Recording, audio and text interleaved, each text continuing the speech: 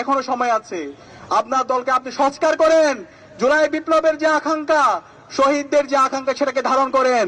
সন্ত্রাসী যে আছে, নারী হেনস্থাকারী যারা আছে, তাদেরকে আইডেন্টিফাই করে তাদেরকে বিচারের আওতায় নিয়ে আসেন। আমরা আশা করেছিলাম বিএনপির নেতা জনাব তারেক রহমান দেশে আসার পরে এই বিশৃঙ্খল বিএনপিকে তিনি সাবধান করবেন, তাদেরকে ঠিক করবেন। তিনি আসার পরে বলেছেন আই হ্যাভ এ প্ল্যান, এবং সেই প্ল্যান শুনে আমরা আশাবাদী হয়েছিলাম। কিন্তু আমরা এসে দেখতে পেয়েছি তার প্ল্যান হলো সারা দেশে 50-এর অধিক জায়গায় আমাদের মা বোনদের উপর হামলা করা। আরে ধিক্কার জানাই, নারীদের উপর হামলা করস, তোদের কি মা বোন নাই? শেম, লজ্জা। একই সাথে আমরা দেখতে পেয়েছি সারা দেশের প্রতিটি পাড়ায় পাড়ায়, মহল্লা মহল্লায় চাঁদাবাজির সাথে এই দলের তৃণমূল থেকে কেন্দ্র পর্যন্ত সর্বপর্যায়ে নেতৃবৃন্দ জড়িত আছে, এবং এই চাঁদাবাজি যারা করে তাদেরকে আবার পুরস্কৃত করা হয়।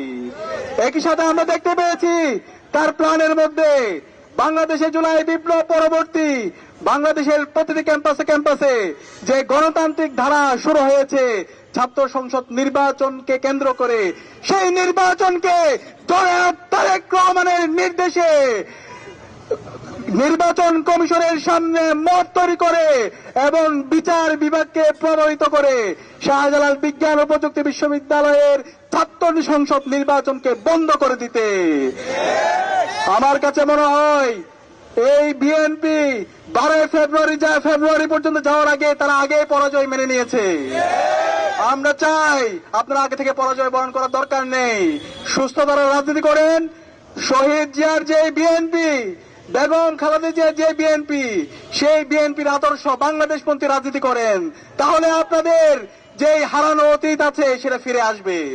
আমি অনুরোধ করবো জনাব তারেক রহমানকে, এখনো সময় আছে, আপনার দলকে আপনি সংস্কার করেন, জুলাই বিপ্লবের যে আকাঙ্ক্ষা, শহীদদের যে আকাঙ্ক্ষা সেটাকে ধারণ করেন। সন্ত্রাসী যে আছে, নারী হেনস্থাকারী যারা আছে, তাদেরকে আইডেন্টিফাই করে তাদেরকে বিচারের আওতায় নিয়ে আসেন।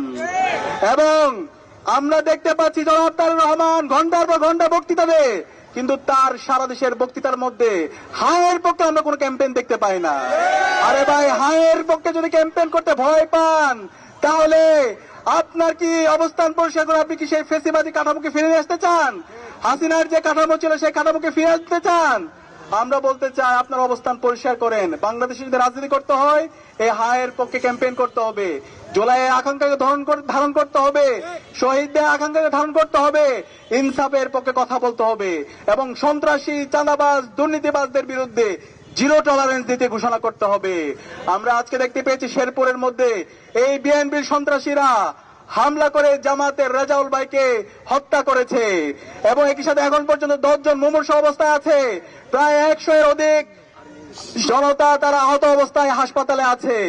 আমরা কোয়েশ্চেন করতে চাই নির্বাচন কমিশনকে, আপনারা কি করেছেন যখন এই প্রার্থীদের উপর হামলা হচ্ছে, জনগণের উপর হামলা করছে, রাজনৈতিক দলগুলোর উপর হামলা হচ্ছে, তখন এই আইন শৃঙ্খলা বাহিনীকে আমরা পালাতে দেখেছি। আপনারা যদি এভাবে এই নাগরিকদের নিরাপত্তা নিশ্চিত করতে না পারেন তাহলে আপনাদের দায়িত্ব নেওয়ার দরকার নেই। আমরা অনুরোধ করবো অন্তর্বর্তীকালীন সরকারকে এবং নির্বাচন কমিশনকে একটি ফ্রি, ফেয়ার, ক্রেডিবল নির্বাচন করার জন্য লেভেল প্লেইং ফিল্ড ইনশিওর করতে হবে, এবং যারা সন্ত্রাসী আছে, যারা দুর্নীতিবাজ আছে, যারা চাঁদাবাজ আছে, যারা বাংলাদেশে সেই মাসল পাওয়ার পলিটিক্স ফিরে নিয়ে আসতে চায়, তাদের বিরুদ্ধে ব্যবস্থা গ্রহণ করতে হবে।